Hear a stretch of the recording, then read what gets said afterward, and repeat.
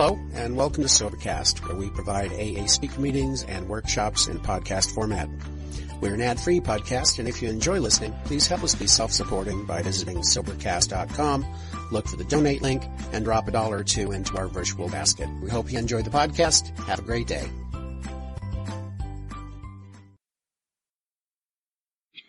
Page 80.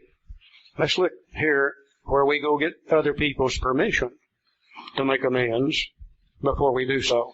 This brings to mind the story about one of our friends. While drinking, he accepted a sum of money from a bitterly hated business rival, giving him no receipt for it. He subsequently denied having received the money and used the incident as a basis for discrediting the man.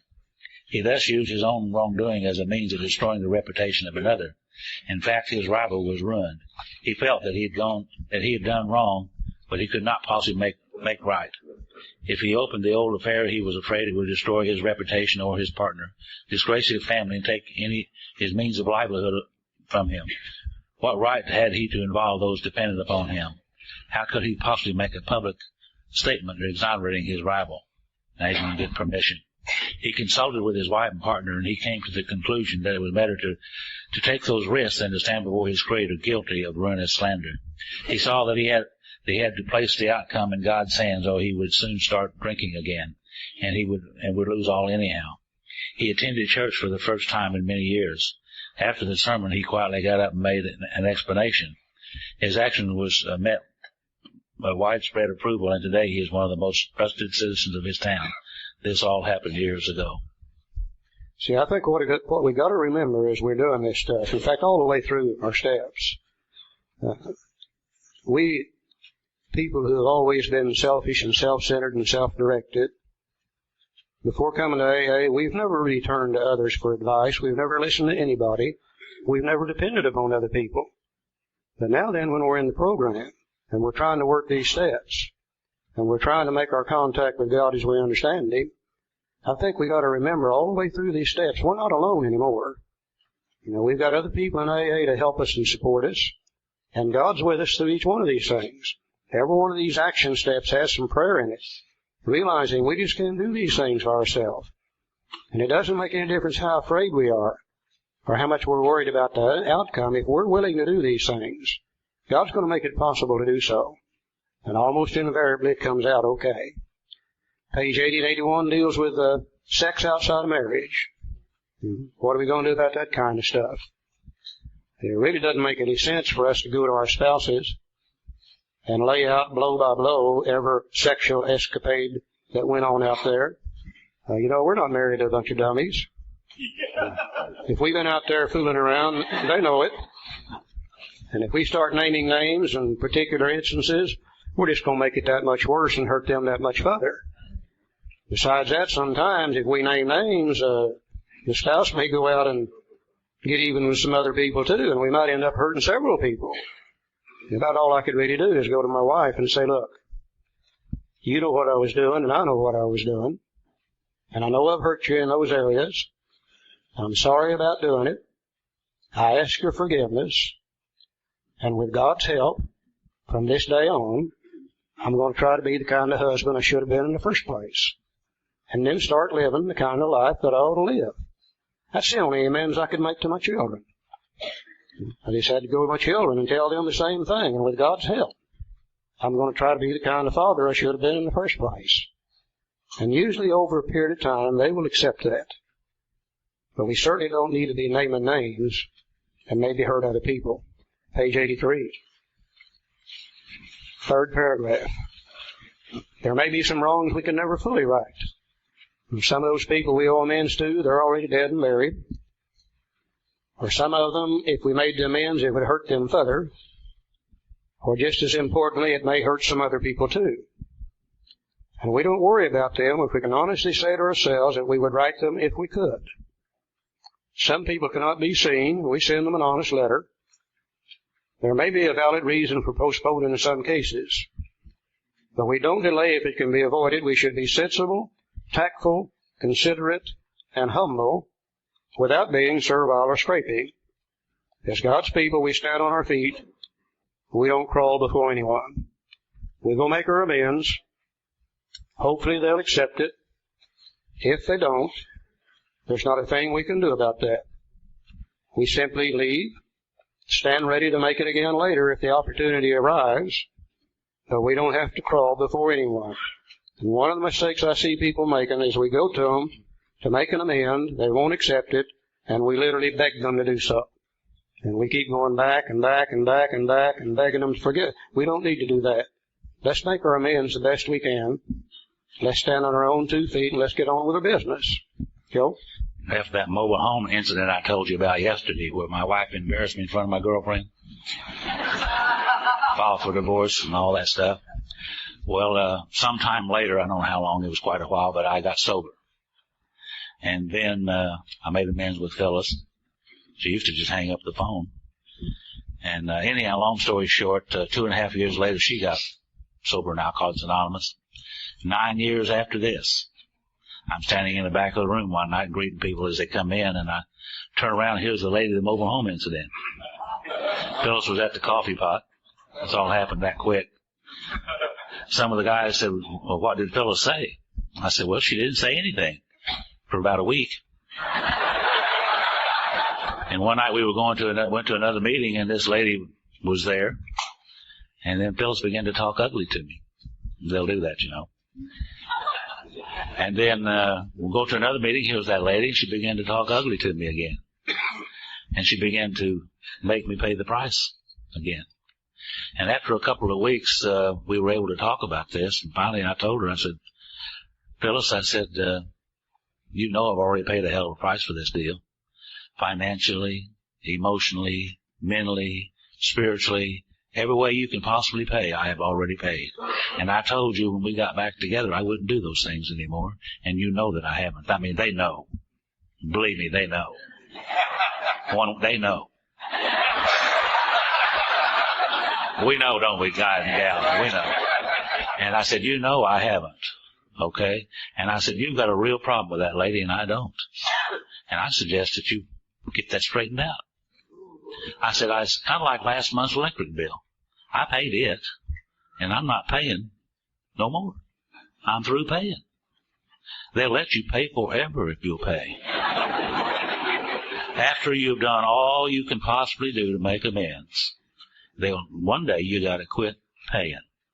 Men and women got to quit paying. Otherwise, I've seen some sick eyes here this weekend. And we'll have those sick eyes for a long, long time if we continue to pay. The guilt, shame, and remorse will eat you alive, and they'll let you eat yourself alive unless you quit paying. That's what I'm trying to say. What did Phyllis finally do about that deal? Oh, yeah. She went to this lady. I better tell this. I used to not tell it. But she went to that lady and invited her out to lunch. And they went to lunch. I don't know everything that was said, but this was the gist of it. She told that lady that AA is big enough for the two of them, no doubt. But our group wasn't. And they got it all straightened out, and we haven't had any problem with that since. By the way, Phyllis has been sober 26 years in AA, too. She's quite a gal. Yeah. Okay, we want to look at another little picture now before we go any further. Would somebody volunteer to stick that over there? Yeah. We talked before about we human beings being tridimensional creatures. The book told us way back there at the beginning of step 4, we were spiritually ill, we were mentally ill, and we were physically ill. And it said when the spiritual malady is overcome, we then straighten out mentally and physically. We read in the big book, it says in one place that this is a design for living that really works. And it looks to me like these first 9 steps that we've talked about up to this point are designed to put us back together in all 3 dimensions of life. For instance, step 1, 2, and 3, they get us right with the Spirit. Because we are powerless, we saw the need for the power, and in step 3, we made a decision to go after that power. We decided to let God be the director. And that's the first time we've had that relationship with God in a long, long, long time. So 1, 2, and 3 gets us right with God. And that removes just enough self-will from us to let us start looking within our own minds to see what our problems really are. And as we looked into our own minds and we found the damaged stock in trade, the resentments, the fear, the guilt, the remorse, the selfishness, the dishonesty, the self-seeking frighten, the inconsideration, for the first time in our lives we begin to see that we're the problem, not them, us. We talked about it to another human being to make sure we were right. And we went to step 6 and 7 and we began to work on those character defects. And we start getting right up here in our head through 4, 5, 6, and 7. That removes just enough self-will to let us start looking at 8 and 9. And 8 and 9, we made our list. We made our amends wherever possible, except when to do so would injure them or others. And slowly the guilt, the remorse begins to disappear. And our relationship with the world and everybody in it becomes better and better. For a long time I thought the physical dimension was just my body. No. The physical dimension is everything in the world. Now we alcoholics don't really have much choice in this. If God dwells within each of us, we're going to have to live with God whether we like it or not. And the only question is, do we live with God in harmony or disharmony? Now I don't know if anybody got in more disharmony with God than we alcoholics have. We've got a mind up here. We're going to have to live with our mind. Sometimes we act like we don't, but we do. And the only question is, do we live there in harmony or disharmony? I don't know of anybody in the world that ever got in more disharmony with their own minds than we alcoholics have. We don't have any place else to live except here on earth with our fellow man. And the only question is, do we live here on earth in harmony or disharmony? I don't know of any group of people that got in more disharmony with the world and everything in it than we alcoholics have. So we were sick in all 3 areas. 1, 2, and 3 got us right with God. 4, 5, 6, and 7 got us right with ourselves. 8 and 9 got us right with our fellow man. And you know, if you're right with God, and you're right with yourself, and you're right with your fellow man, you're probably going to feel pretty good. That's the first time we've been that way in our entire lifetime, or at least since we were little bitty children. And I don't think it's by accident that the promises on page 83 and 84 come after we have followed this design for living for a while. If we're right with God ourselves and a fellow human being, let's see how we're going to feel as the result of the first 9 steps. Let's look at the promises. When I come into Alcoholics Anonymous, I was restless and irritable and discontented and full of guilt, shame, and remorse, resentment, and anger. That's what I was. I had the spiritual knowledge of a 7 or 8 year old boy and had the coping skills of a 8 or 9 or 10 year old boy and the sexual knowledge of a 12 or 13 year old boy that I learned off the streets from people that didn't know any better than I did. Dr. Jung said ideas, emotions, and attitudes, which were the guiding force of the lives of these people. And those were the guiding forces of the life of me. And I've worked the 12 steps of these 9 steps of Alcoholics Anonymous, and I have received some promises in my life. I have some new ideas, emotions, and attitudes as a result of the first 9 steps. And here's what they are. Is if we're painstaking about this phase of our development, we'll be amazed before we're halfway through. Which phase of our development? Well, the amends phase. We're going to know a new freedom and a new happiness. We will not regret the past nor wish to shut the door on it. We will comprehend the word serenity and we will know peace. No matter how far down the scale we've gone, we'll see how our experience can benefit others. That feeling of uselessness and self-pity will disappear. We will lose interest in selfish things and gain interest in our fellows. Self-seeking will slip away. Our whole attitude and outlook upon life will change. Fear of people and of economic insecurity will leave us. We will intuitively know how to handle situations which used to baffle us. We will suddenly realize that God is doing for us what we could not do for ourselves. Are these extravagant promises? We think not. They're being fulfilled among us, sometimes quickly. Spiritual experience. And sometimes slowly. Spiritual awakening. They will always materialize if we work for them. Work for them. You know, I love these promises, and I love the experience of these promises that I have in my mind. Because that's where the changes was. They talked about being reborn, not in my body, but in my mind. And if I've experienced these steps into my mind, then I am a different person. I am not what I used to be, thank God. You know, we come here restless, irritable, and discontented. We come here filled with shame, fear, guilt, remorse, and etc. We came here with a bunch of old ideas and old attitudes. And Dr. Silkworth, our Dr. Yoon, said, if we can have that spiritual experience, those old ideas, those old attitudes, those old emotions are cast aside. Now surely, if we've gone from the state we were when we got here to the state of one who's received these promises in our mind, and they all deal with the mind, then surely we've undergone a radical change in our personality. We've probably had a spiritual awakening, a spiritual experience, if we received these promises. Now, I'm going to read them again, and I want to do it for two reasons. Number one, I love the way I read them. But number two, I'm going to add some words to them, and let's see if you can identify with me.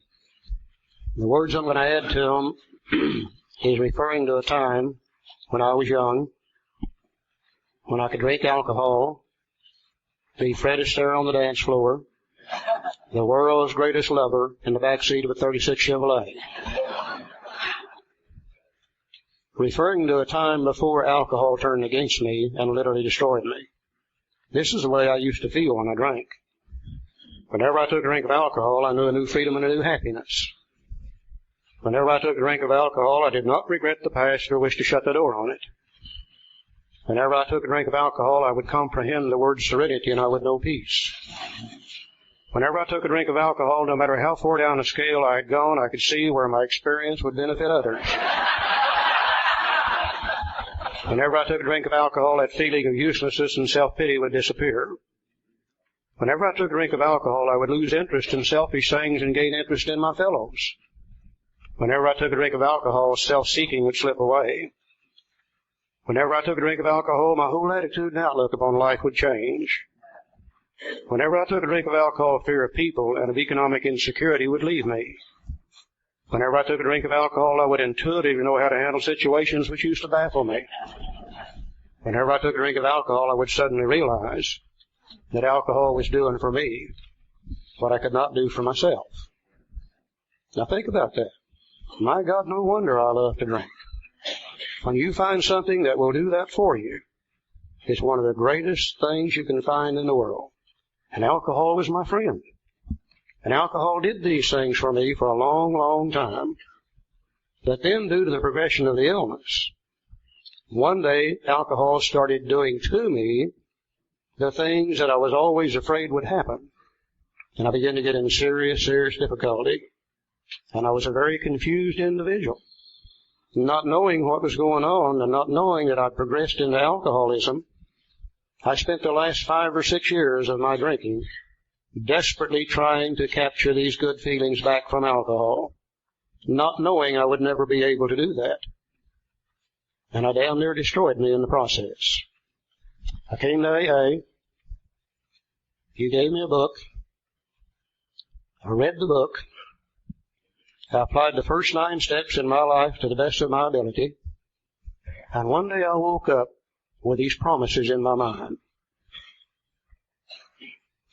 That's why I don't drink today. If I hadn't have found these promises, these good things that alcohol used to give me, if I hadn't have found them, I'd still be searching for them. I'd be out there trying to use alcohol or something else, or I'd be dead, one of the two. The only reason I don't drink is I don't need to drink. I've got everything good that alcohol ever gave me from the first 9 steps of Alcoholics Anonymous. That's the miracle of Alcoholics Anonymous.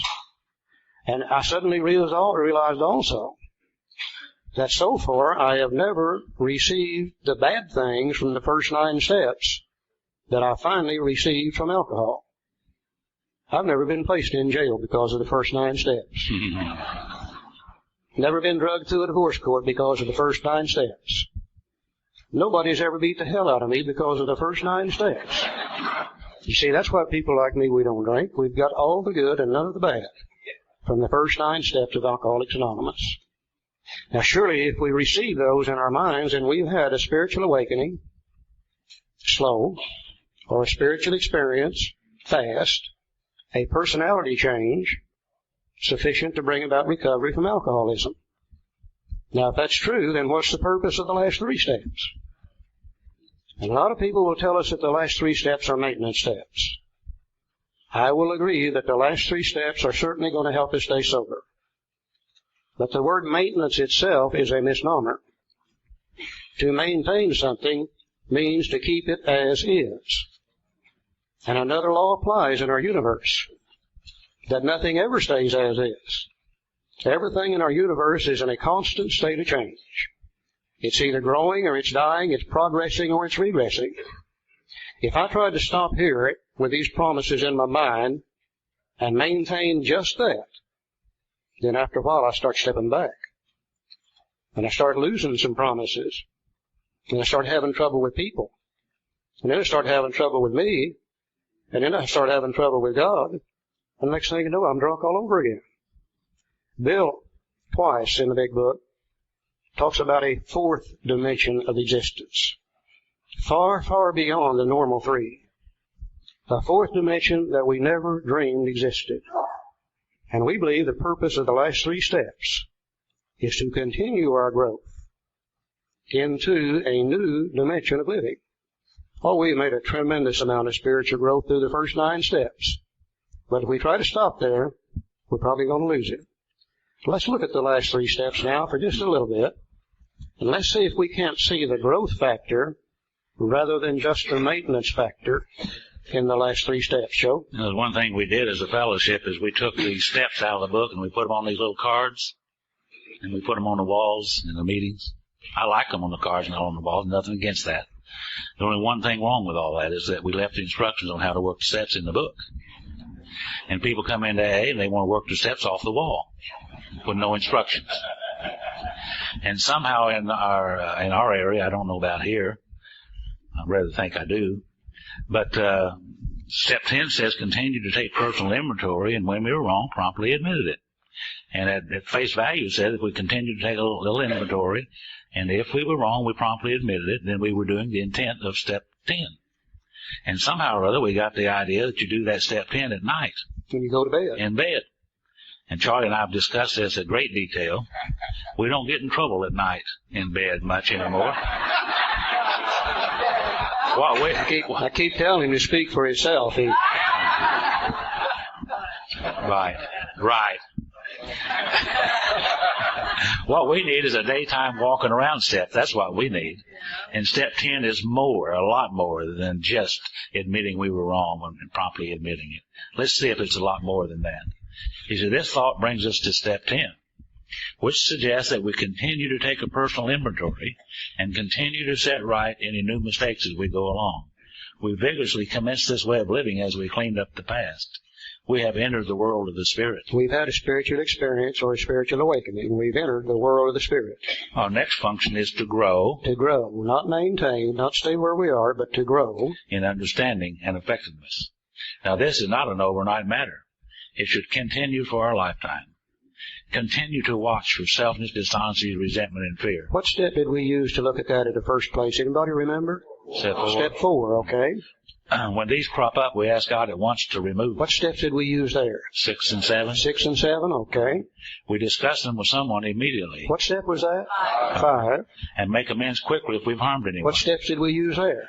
8 and 9. Okay. Then we resolutely turn our thoughts to someone we can help. Love and tolerance of others is our code. Now, it looks to me like if we work step 10, the way the big book says to work it, we're going to be doing steps 4, 5, 6, 7, 8, and 9 every day for the rest of our lives. Mm-hmm.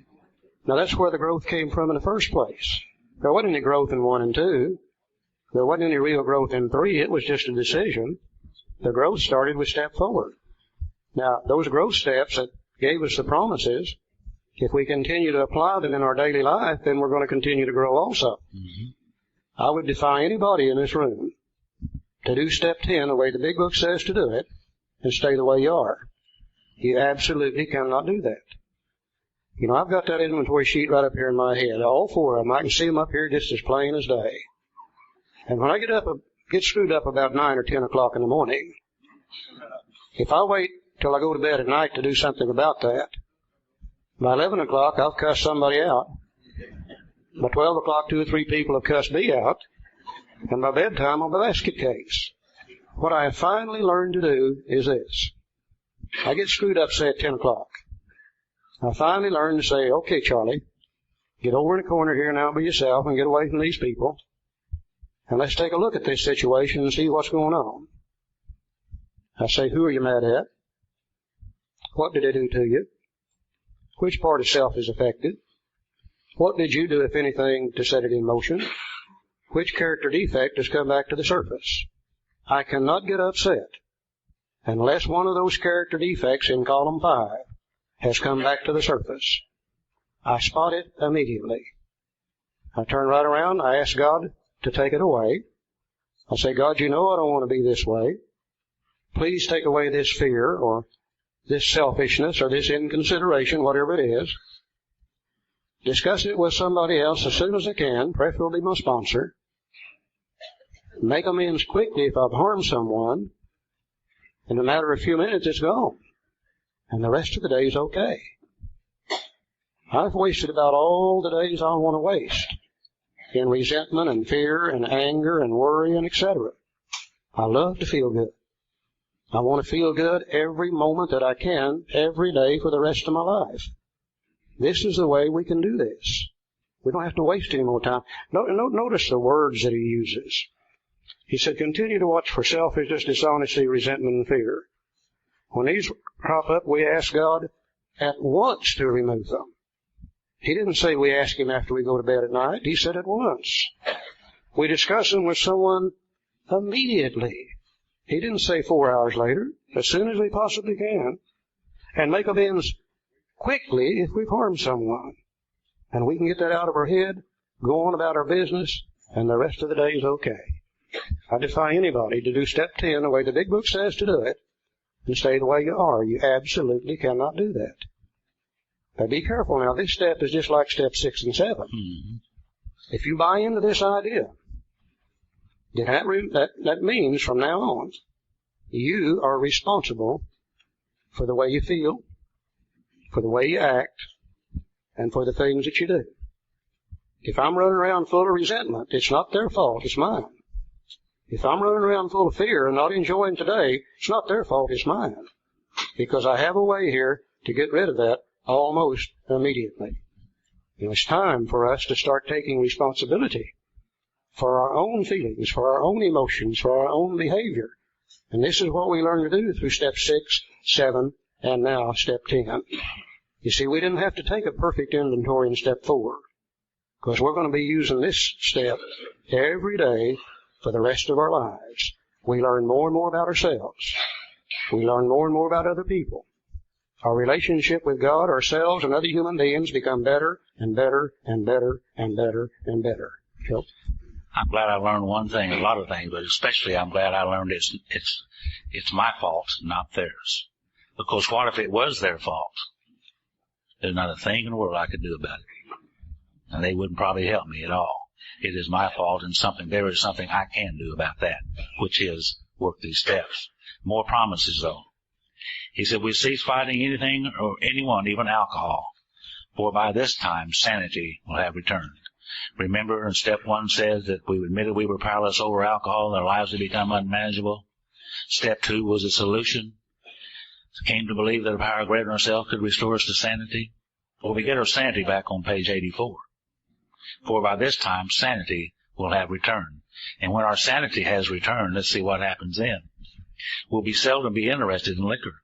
If tempted, we recoil from it as from a hot flame. We react sanely and normally. We'll find that this has happened automatically.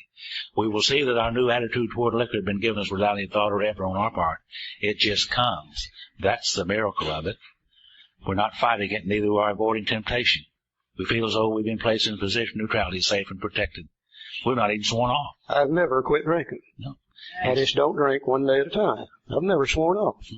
Instead, the problem has been removed. It does not exist for us. We're neither cocky nor are we afraid. That is our experience. That is how we react so long as we keep in fit spiritual condition. And remember back on page 45, it said that the main object of this book was to enable me to find a power greater than myself which would solve my problem. It didn't say it would help me solve my problem. Find the power, and the power will solve the problem. And I looked up one day, and I used to have a terrible obsession to drink. Those times that I didn't drink, I'd be thumbing through a magazine, and I'd see a bottle of liquor in one of those magazines. My mouth would water just looking at it. Not even just looking at it. Charlie said I slobbered a lot. But, after working these steps up to this point, I realized after some months of working these steps, I looked up one day and it was gone. That obsession to drink was gone. That's the miracle of it. It was just gone. So somewhere between 45 and 85, I got my sanity back. You see, and the problem has been removed. It's not there. Now, if you received all those promises on 83 and 84, if you receive these promises on 84 and 85, you're probably going to feel real good. Mm-hmm. If you're lucky, you might be back in the house by now. You're real lucky you're back in the bedroom. Yeah. Sleeping on the couch. The kids are speaking to you now. The dogs quit biting you when you come in the door. Probably got a job now, and maybe even got an automobile. And things really start getting good. And all these things start becoming important to us. We haven't had them for a long time, and they start becoming real important to us. And if we aren't careful, things will start competing with us for our sobriety. And if we aren't careful, we'll start putting too much emphasis on things and start forgetting about sobriety. And the next thing you know, we're right back in trouble again. Let's look at the next paragraph. We had this friend of ours, Charlie and I, and name was, I won't give his name right now, but he was sober 29 years now, Alcoholics Anonymous, and he got real busy. The last 10 years of his sobriety, got real busy making a lot of money. He was just too busy to go to AA. Just got too busy. And I heard through his daughter that he got drunk, and she wanted me to call him. And I called him up and I asked him, I said, what happened? He said, well, I got awful busy. My career took off and I was just too busy to go to AA. I quit asking for help after a while. I quit helping other people after a while. And he said one day, just out of the clear blue sky, seemingly without me not even thinking about it, it just seemed like a good idea to take a drink. And I took a drink. And I'm fighting like hell, he said, to get back to Alcoholics Anonymous. And he said, I don't know if I'm going to make it. And he may not. He may not. It's because we got here once. That don't mean we can get here again. Now, it's easy to let up on this spiritual program of action and rest on our laurels. See, the only way we can coast in AA is downhill. You ain't coast too far uphill. So we're headed for trouble if we do. For alcohol is a subtle foe. We're not cured of alcoholism. What we really have is a daily reprieve contingent on the maintenance of our spiritual condition. Now, there's the word maintenance, referring to one day at a time, a daily reprieve. Every day is a day when we must carry the vision of God's will into all of our activities. How can I best serve thee? Thy will, not mine, be done. And these are thoughts which must go with us constantly.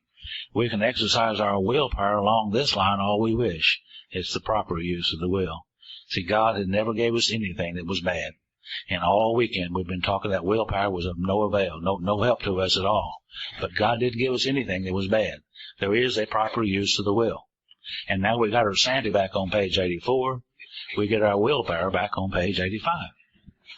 Be hell to be running around with no sanity and with willpower, wouldn't it? We know about that. And here's what he says. How can I best serve thee? Thy will, not mine, be done. These are thoughts which must go with us constantly. We can exercise our willpower along this line all we wish. It's the proper use of the will. He never gave us anything bad. Always was good. It's how we use or misuse it. Much has already been said about receiving strength, inspiration, and direction, not suggestion, from Him who has knowledge, all knowledge and power. Listen real carefully to the explanation of this paragraph. It's if we've carefully followed directions, not suggestions, we have begun to sense the flow of His Spirit into us. To some extent, we become God conscious. We have begun to develop this vital sixth sense. But we must go further, and that means more action. And here it's referring to this God consciousness, the flow of His Spirit into us, as a vital sixth sense. Everything I know on a conscious level, I've learned through 5 senses of direction. I can see, I can smell, I can taste, I can touch, and I can hear. Everything I've learned on a conscious level, I've learned through those 5 senses of direction. Now you can take everything that I know, and everything that Joe knows, and everything that all you guys know, and everything that every human being on earth knows. Add it all together, and it's just a tiny, tiny, tiny speck of knowledge compared to the knowledge of the universe. Now, if God has all knowledge and all power, and I believe He does, my book says so, and if God dwells within me, and I believe He does, my book says so, then that means you and I have within ourselves all the knowledge and all the power that we could ever need to handle any conceivable situation which might come up in the future, providing we know how to tap into that knowledge and that power, that sixth sense of direction. And again, this is not anything new. The world has always known how you do this. You tap into that God consciousness within, that sixth sense of direction, through prayer and meditation. It's nothing new. People have been doing it forever. And we get to AA, most of us are bankrupt in those areas. I knew nothing about meditation. Well, I assumed it was chanting certain words, or lying down and listening to soft music, or clearing your mind of all thought. I don't know about you guys, but I know about me. I can't clear my mind of all thought. When I get up in the morning, that sucker turns on and it runs all day. I've never been able to stop it completely. I knew nothing about prayer. Even being raised in church as a kid growing up, I knew nothing about prayer. I only knew two prayers. One went like this, and I'm sure some of you might have used it. Said, now I lay me down to sleep, I pray the Lord my soul to keep, and if I die before I wake, I pray the Lord my soul to take. I don't like that prayer anymore. It's dealing with death, and I'm not into that at all. The other prayer that I use quite often, and I'm sure that some of you use this one, God, if you'll get me out of this damn mess, I swear I'll never do this again. And now then, I'm going to have to develop a life of prayer and meditation. Would seem to be almost an impossible thing for people like us to do that. Thank God Bill Wilson was a real alcoholic. Thank God he knew how I was going to feel when I got here. Thank God Bill Wilson didn't know anything about prayer and meditation either. You know, most people that are really knowledgeable in that area, when they write about prayer and meditation, they write so far above my head that I can't understand what they've written. Bill couldn't do that, because Bill didn't know anything about it either.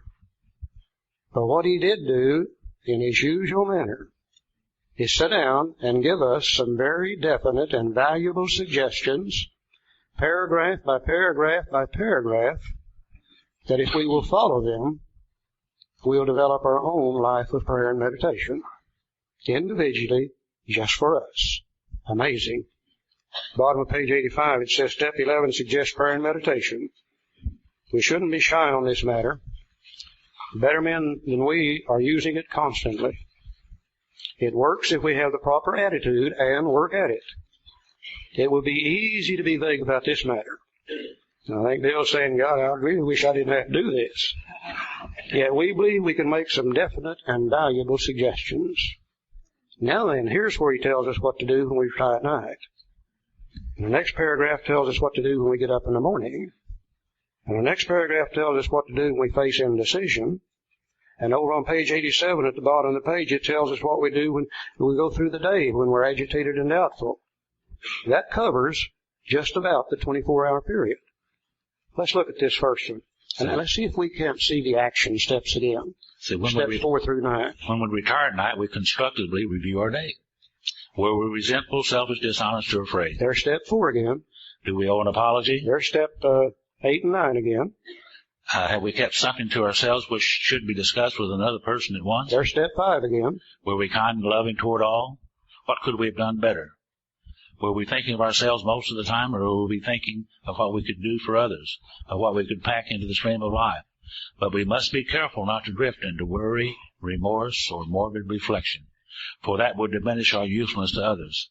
After making our review, we ask God's forgiveness and inquire what corrective measures should be taken. And there's step 6 and 7 again. So if we do step 11, the way the book says, in an little inventory process when we go to bed at night, we're going to be working 4, 5, 6, 7, 8, and 9 again on a daily basis. Then you can't continue to work those steps and stay the way you are. We've got one more little picture we're going to look at.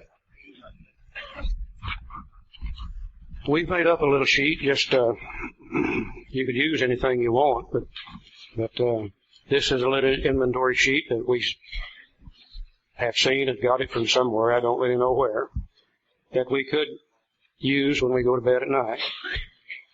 If you'll notice on the left-hand side of that is the personality characteristics of a self-willed human being. There's that old selfish and self-seeking and dishonesty and frightened and on and on and on and on. We went to the 12 and 12. We picked up all the character defect things we could find there, listed them on the left-hand side of the sheet. The right-hand side of the sheet, we put the personality characteristics of a God-will person. And they are the opposite of what's on the left-hand side.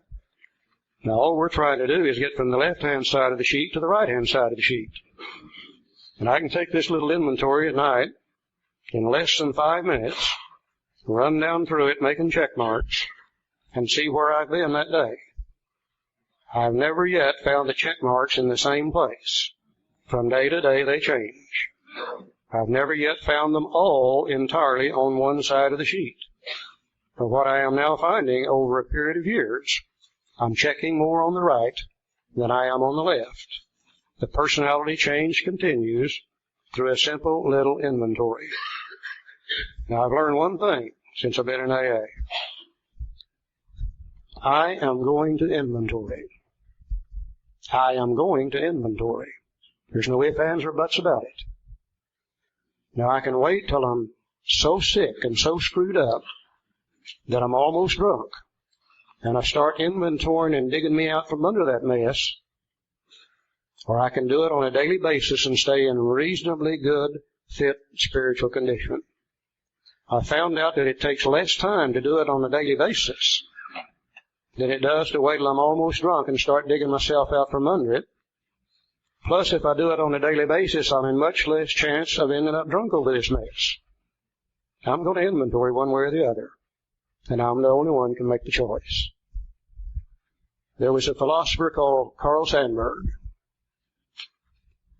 and Mr. Sandburg said, when a society fails, there's one thing always present, and that is that they forgot where they came from. And when they forget where they come from, they forget where they're going, and they get lost out there somewhere. And we as individuals are the same way. And if we don't continue our inventory, we're going to forget where we came from. And we're going to forget that we can't drink.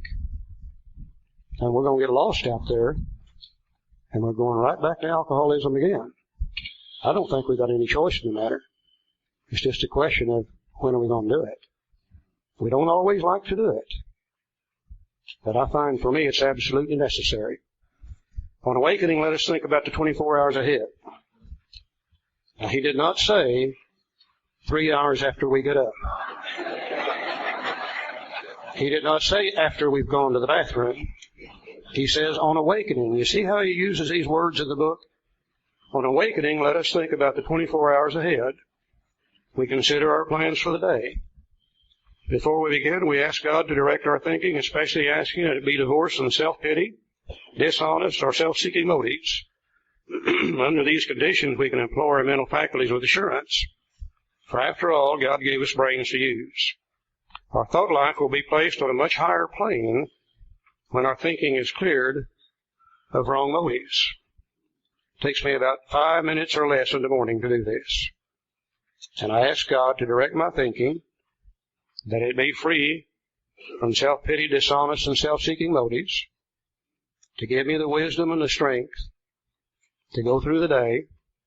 And I'll finish it up by saying, please, God, don't let me get into anything that you can get me out of. Most of us, before we started doing this as a habit, most of us jump up first thing in the morning and go to the bathroom. And I had one guy tell me he jumped up and got on his treadmill. And I said, well, you got a better bladder than I do. He said, I can't do that. I go to the bathroom. And we take care of what we do in the bathroom. And then we go to the kitchen.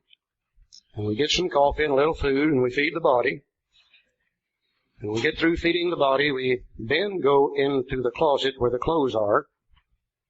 And we start picking out the clothes we're going to wear for that day to cover the body with. Make sure they match now. You've got to be very careful that they're the right color, they match and everything. You ladies go over there and start making up your faces. We men go in there and shave or whatever it is we do. And finally we keep the body taken care of. Then we feed the dog or the cat if we've got one. And we get ready to leave the house, and we be sure we lock the door, because we don't want anybody stealing our junk while we're gone. And we go out to the car, and if we're especially careful people, we walk around it to make sure all 4 tires have got air in them. We get in the car, we turn on the switch, and we look at the gas gauge to make sure there's gas in it. And we start the car, and then we take off for the day. Now, what did we do about our minds that morning?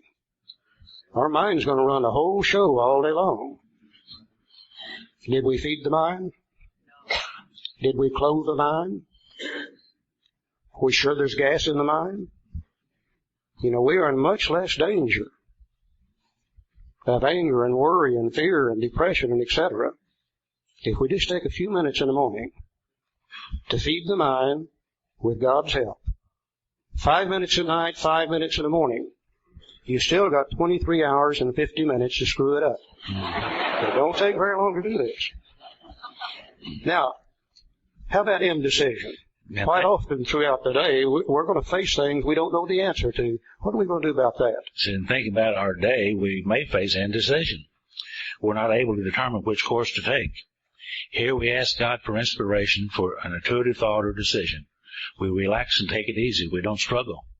We are often surprised how the right answers will come after we tried this for a while. This is meditation. That's the only meditation in here, in that one little paragraph. This is meditation for busy, busy, busy people. We alcoholics don't have time to lay down and listen to soft music. You know, we don't have time to sit around and chant words. But what we can do in the daytime, throughout the day, we face indecision. Used to, I'd run that thing through my mind, trying to find an answer, and it'd pop out the other side, and it'd say, we don't have the answer. And I'd grab it and stick it back in there again, and it'd run through, and it'd say, we don't have the answer. And I stick it in there again, and after a while, everything just goes blank. Complete frustration. You know, I need to face the fact that I don't have the answer to that particular thing, whatever it is. God's got the answer to everything. What I need to do when I face indecision, can't decide which way to go, what route to take, or whatever it might be, is just stop. Say, okay, God, I need a little help here. I've got a decision to make regarding this thing. I don't have the answer for it. Would you tell me what I need to do? Then I'll relax and take it easy, and I don't think that means lay down. I think what it means is get my mind off of that subject, because God can't get in there and give me information if my mind is still wrestling with it. Now, how do I get my mind off of it? Well, I'll go out there and start mowing the grass. Start doing something worthwhile. Start painting the house, washing the dishes, or whatever I've got to do that I can do. And it's amazing. After a while, my mind goes back to that indecision. And it says, why don't you call Joe and see what Joe thinks? And I call old Joe, tell him my problem, and he's got the answer right there. And when I first started doing this, I used to say, wasn't it lucky that I thought about calling Joe? Yeah, I didn't think about calling Joe before I asked God for the right thought. This thing really does. It's the craziest thing I ever saw. But it really does work. Giving God an opportunity to enter our minds, give us the answer to whatever the problem might be. As long as we're wrestling with it and struggling with it, we can't receive the answer. Meditation. So what used to be the hunch or the occasional inspiration gradually becomes a working part of the mind. You teach yourself. It gradually becomes a working part of the mind. Being still inexperienced and having just made conscious contact with God, it's not probable that we're going to be inspired at all times. We might pay for this presumption in all sorts of absurd actions and ideas. Nevertheless, we find that our thinking will, as time passes, be more and more on the plane of inspiration. We come to rely upon it. I know one day I was driving along, and for some reason, my radio got on one of those religious channels that played music, you know. And I heard this song that I've heard all of my life. And it's called In the Garden. Do you all know what In the Garden is? You come to the garden alone in the morning when the dew's on the roses. And the thought came to me, well, I've heard that song all my life. And it's a song about prayer and meditation. In the morning while the dew's on the roses. See, I didn't know that. It's an inspiration that came to me. And then it talks about prayer. What usually concludes the period of meditation with a prayer. That we be shown all through the day what our next step is to be. That we be given whatever we need to take care of such problems. We ask especially for freedom from self-will, and are careful to make no requests for ourselves only. We may ask for ourselves, however, if others will be helped. We're careful never to pray for our own selfish ends. Many of us have wasted a lot of time doing that. It doesn't work. You can easily see why. You said, I told you how I used to pray. God give me this, and God give me that, and God give me a car, and God give me some more money, God give my wife back, God help me stay sober, God this, God that, like an errand boy. And if there's something I forgot to ask you for, please give me that also. Very, very selfish prayer. You can easily see why that doesn't work. It's a selfish prayer. I'm praying only for the knowledge of His will for me and the power to carry that out. You know, communication is the beginning of all understanding. For instance, Friday night when we started this thing, you guys didn't know us real well. We started talking and listening to each other. Talking and listening. Communication is the beginning of all understanding. You know us better today than you did on Friday. And we know you better today than we did on Friday through talking and listening. Well, if that would work with us, wouldn't that work with God? Talking and listening, prayer and meditation. We would get to know Him better as a result of talking and listening. They came to me and they said, Charlie, you pray only for knowledge of His will and the power to carry that out. And I said, well, how in the hell is He going to know what I want then? And they said, He's not interested in what you want. He's interested in what you need. And they said, He knows more about what you need than you know yourself. And that's turned out to be 100% true in my life. Now, if I'd made a list way back in the beginning and said, God, give me these things, I'll never ask you for anything else, I would have cheated myself. He's given me so much more. Things that I never dreamed that you could have simply by following these little suggestions that we've got here in step 11. This thing really does work. You know, I've got my wife back, and I've got my daughter back, and I've got 3 grandchildren that's never seen me take a drink, or fellas. Got a couple of great grandchildren that probably will never see us take a drink, I hope. The things that are really important I got back. It says if our circumstances warrant, we ask our wives to join us in morning meditation. About 17 years ago, one morning, Phyllis was sitting in her chair, and I'm sitting in my chair, and she said to me, honey, I said, no, I don't have time for that this morning. Well, you know how they are. I said, honey, she said, no, you old silly thing. So what I want you to do is to read this to me and tell me what this means. Well, I can do that. Yeah, right, we can do that. So I read that to her and explained it to her. A lot more than she wanted to know. And the next morning she said, would you read this to me and tell me what this says? And we read that and I explained it to her and we talked about it back and forth. And that began a practice in our house. I've heard all my life those people that pray together stay together. See? And I would have never thought about this. So you girls have to help us old hairy-legged boys about these things. But the people that pray together stay together. And how long has it been since you and Phyllis have had a divorce? We've been married for 25 years this time. Okay. I call her my current wife. Keep her on her toes, you know, just a little bit. Bottom of page 87. As we go through the day, we pause when agitated or doubtful and ask for the right thought or action. We constantly remind ourselves we are no longer running the show. Humbly saying to ourselves many times each day, thy will be done. We are then, and now here's the results. We are then in much less danger of excitement, fear, anger, worry, self-pity, or foolish decisions. We become much more efficient. We do not tire so easily, for we are not burning up energy foolishly as we did when we were trying to arrange life to suit ourselves. Now here's the shortest paragraph in the big book. It works. It really does. That's a full paragraph within itself. We alcoholics are undisciplined, so we let God discipline us in the simple way we've just outlined. But this is not all. There's action, more action. Faith without works is dead. The next chapter is entirely devoted to step 12. Now, we're not going to go through the next chapter. It simply would take too much time. But let's look at step 12 for just a few minutes. Another definite 3-part step. 3 distinct parts in it. And I think the first part of step 12 is probably the greatest promise to be found anywhere in the big book Alcoholics Anonymous. Having had a spiritual awakening as the result of these steps, not a result or not many results, very singular, having had a spiritual awakening as the result of these steps. I think what that says to me is if I will apply the first 11 steps in my life to the best of my ability, then I'm going to have a spiritual awakening. I'm promised that. Now, what is a spiritual awakening? A personality change sufficient to bring about recovery from alcoholism. I'm not what I used to be. I'm an entirely different human being up here in my head. Bill tells us in the 12 and 12 there's many kinds of spiritual awakenings. There are people in AA, but they've all got certain things in common, and that is that we're able to feel, believe, and do things that we can never do before on our own strength unaided. I feel things I've never felt before. I feel love, patience, tolerance, compassion, and goodwill toward my fellow man. Before AA, I could have cared less about you.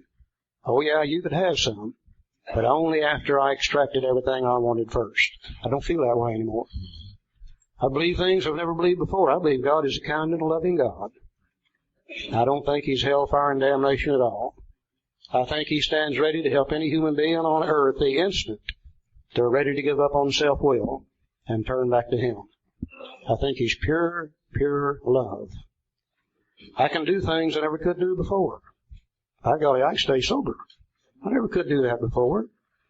And because of that sobriety, I'm allowed to do many, many, many, many things that I've always wanted to do and never could do before. I can sit here and talk for another 30 minutes on the things I've been allowed to do that I never could do before. So if that's the criteria, then surely I've had some kind of spiritual awakening. But the old adage, the old saying, is you don't get anything for free.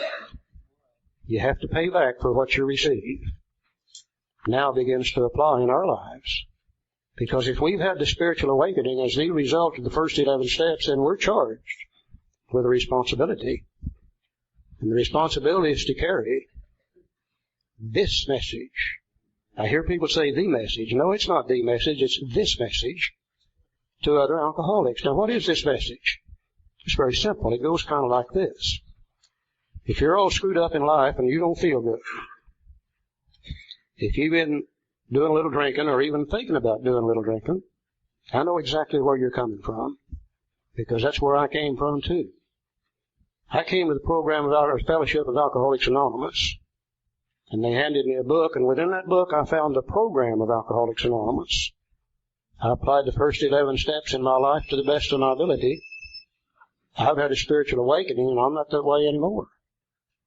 And if you don't want to be that way anymore, then you do what I did, and you'll have a spiritual awakening too. And you're not going to be that way anymore either. And through the process, I'll take you by the hand. I'll walk with you. I'll help you. I'll see you have your spiritual awakening. Greatest thing that can happen in our lives. You know, I think we're a very unique people. God's always told the world to be happy. You only have to do 2 things. He said, put no other gods before me. Now, that could be idols, money, power, prestige, sex, or anything else. And do what you can for your fellow man. And he said, I'll see that you're happy.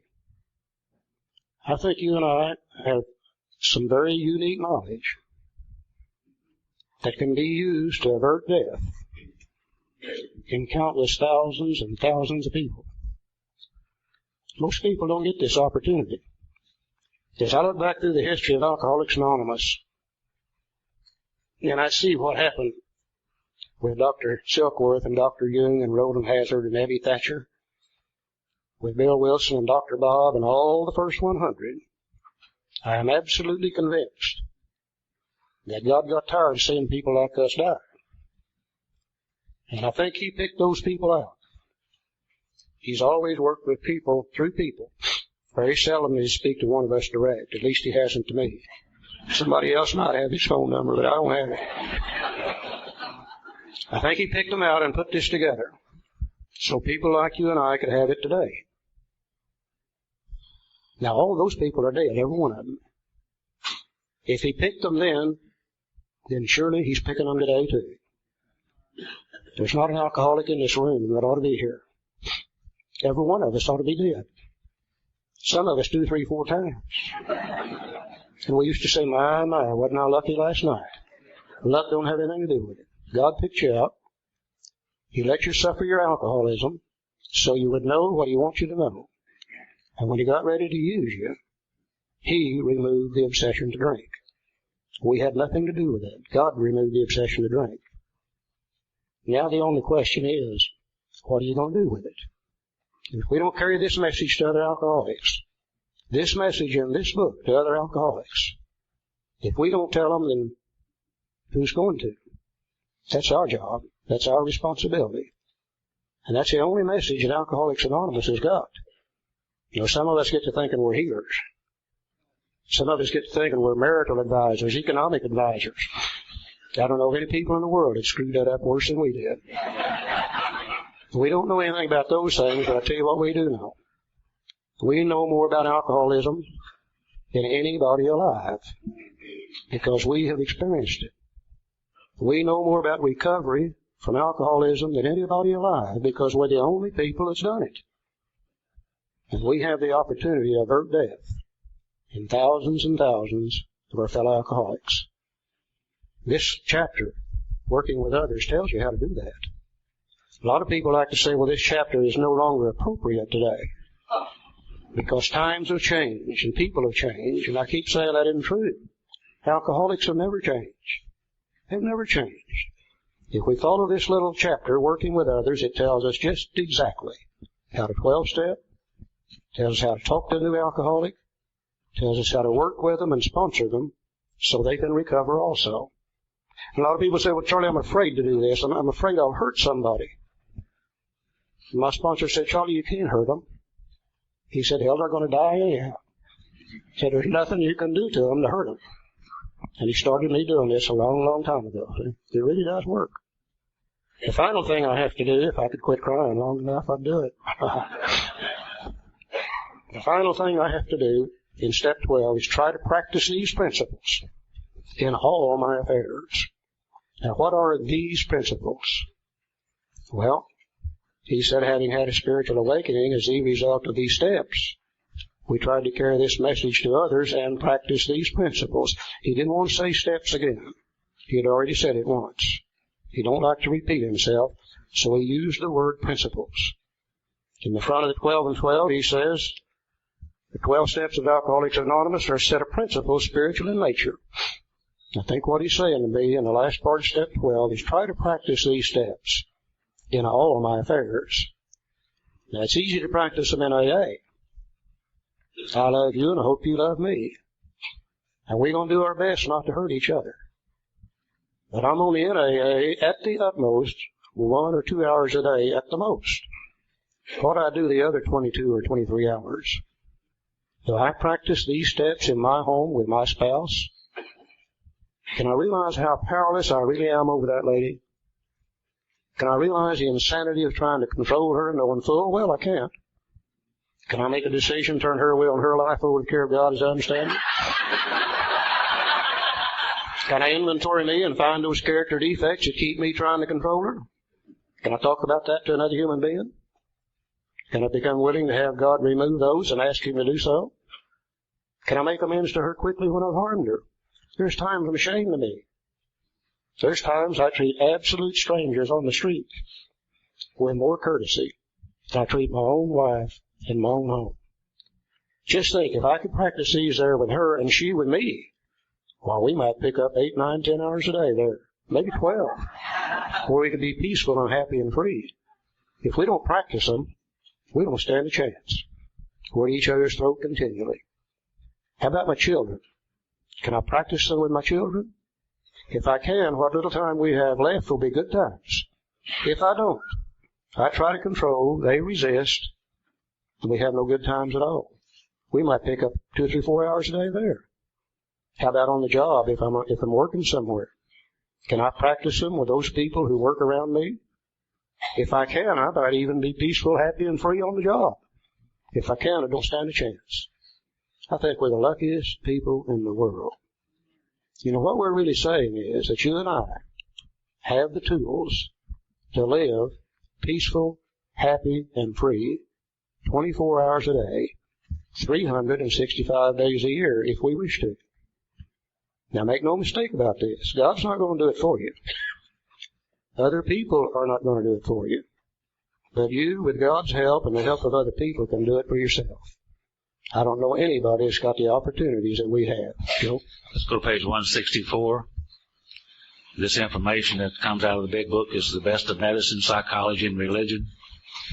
There was a story in that other big book about this fellow who was practicing these principles and carrying this message.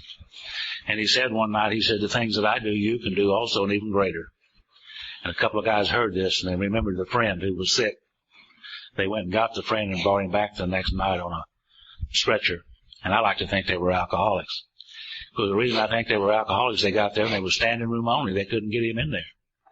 And so they went up on the roof and they chopped a hole in the roof. Let him down in there. And the guy looked at him and looked up at him and he said, well, it's by your faith that this man is healed. See, it was by the faith of the people in Alcoholics Anonymous when I arrived, because I didn't have any. It was by their faith and belief in this program that I too could come and have a belief and have a faith after a while, so that I too could be restored to sanity. Later on, he was in a little town called Cernan, as I read it, and he was talking that night, and after the meeting was over with, they would stand around visiting with each other. And finally, someone told him of a fellow they had locked up in a cave on the side of the hill. He said, I want to go up and see that fellow. The guy said, no, man, you don't want to go see him. I mean, we've got him chained to the wall. He's harmed a lot of people. He's angry and resentful. We've got him chained to the wall. Protect ourselves from him and him from us. He said, no, I want to go up there and talk to him. He said, what's his name? He said, his name is Legions, for he has many defects of character, you see. So he went up there and talked to that guy, and he cut loose his chains of resentments, got rid of the anger, got rid of the guilt, shame, and remorse, and set him free. And he wanted to do what those other 12 guys had done. And he asked him, he said, can I go with you and do what you do? And he wrote a step for us right here. He said, no, Legions, no, you can't come and do what we do. He said, what I want you to do is stay here and just tell people what happened to you. Pass it on. I think that's what Bill called it. On page 164, it says, our book is meant to be suggestive only. We realize we know only a little. God will constantly disclose more to you and us. Ask him in your morning meditation what you can do each day for the man who's still sick. The answers will come if your own house is in order. But obviously you cannot transmit something you haven't got. See to it that your relationship with him is right, and great events will come to pass for you and countless others. This is the great fact for us. Abandon yourself to God as you understand God. That's what we did in step 1, 2, and 3. Admit your faults to him and to your fellows. That's what we did in 4, 5, 6, and 7. Clear away the wreckage of your past. That's what we did in 8 and 9. Give freely what you find and join us. And we'll do that in 10, 11, and 12. And we shall be with you in the fellowship of the Spirit. And you will surely meet some of us as you tread the road to happy destiny. May God bless you and keep you until then. Thank you all for letting us be here.